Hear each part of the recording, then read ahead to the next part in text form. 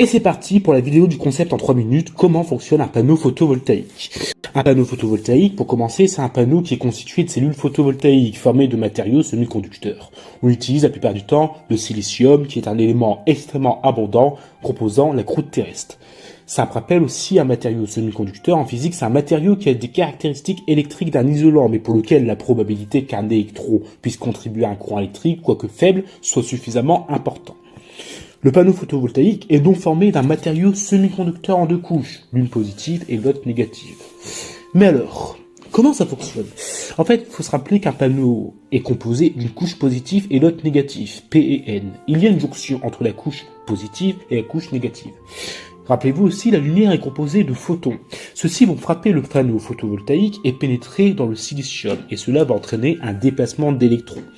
Lorsqu'un électron est arraché, il va former un trou à sa place et va se comporter comme une charge positive.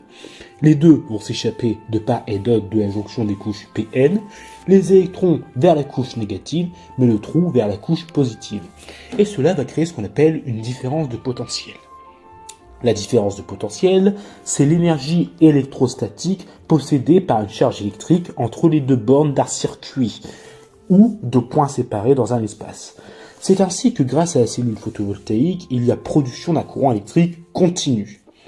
L'effet photovoltaïque est un phénomène physique propre à certains matériaux semi-conducteurs. Le silicium est le meilleur et le plus utilisé pour les composants électroniques, et aussi pour les cellules photovoltaïques. De ce fait, le silicium est utilisé en photovoltaïque et peut se rencontrer sous deux formes. La première, c'est la forme dite polycristalline. Elle, on va la retrouver sur les panneaux photovoltaïques de couleur bleue. Il y a ensuite la forme monocristalline. On va plus la retrouver sur les panneaux photovoltaïques de couleur noire ou foncée.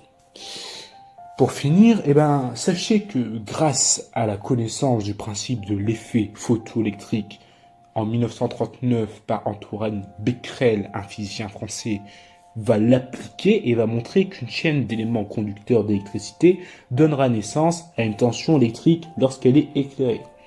Et aussi, grâce à la découverte en 1883 par Charles Fritz, un inventeur américain, qui va fabriquer la première cellule solaire avec des matériaux semi-conducteurs. Au final, il est possible de créer de l'énergie électrique grâce aux rayons solaires. Bah oui, parce que grâce aux cellules photovoltaïques, elles vont permettre la conversion d'énergie lumineuse en énergie électrique. Et de plus, l'énergie solaire est une énergie propre.